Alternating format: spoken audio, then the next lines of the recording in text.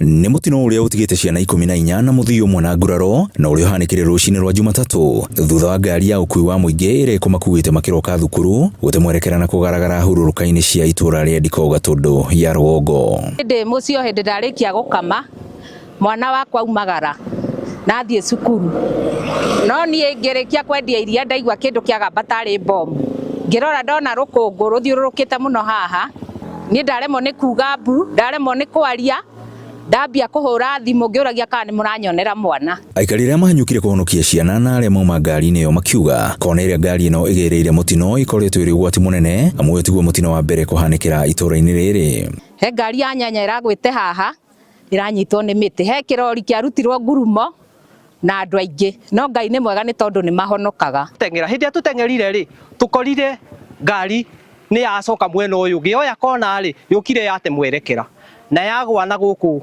mwena wa githaka kihurukuruka-ini giki haha koguo ni guteithia tuteithirie ciana icio. Aciari na family cia ciana iria cigurarire makiroka thibitari-ini wa igegania kuria ciana ici cithire gutangikirwo. Mawira utuko ni acokiretie backup ya andu aria angi makuingira muthenya umuthi othe makorwo magiteithania uhoro wigie ciana icio.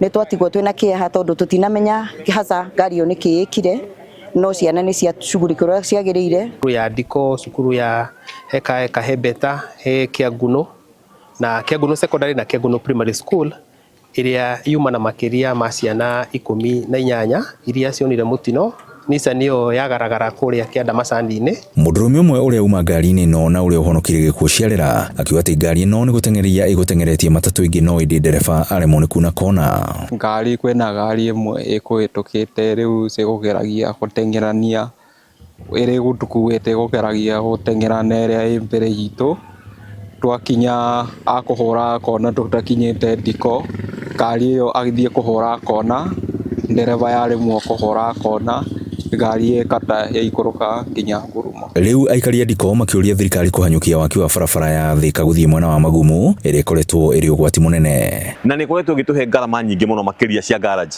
Kuma hau matelefoni makoretwo makigiika muno ni gukorwo nginya ni gukoretwo gwikirwo bump ingi cia tiri igakorwo ngari nyingi ki lose control na gucungiriria hathara nene muno na accident nene muno teno ya ciana ici cioneka haha. Ni undu wiki hamwe no guku gwitu ciana ta ici tuikite ati ni ciona accident teyo na hihi ni undu wa bara gukorwo itari njega no howe thirikari ndimere waki wa bara eno guku mwena wa Githubukoni ni ku atigaririire na nituonete ni macokereirie waki ucio metikire mahiuhie waki ucio. Matereba riu mathingatitwo gukorwo na uigiririki munene niguo gwithema kuiga miturire ya athii ugwati-ini na gukorwo magikinyaniria thabari ciao hatari no gwati. Ngirifotora Inooro TV kuma Ndiko Gatundu ya Rwongo, nie njitagwo Weru wa Mwangi.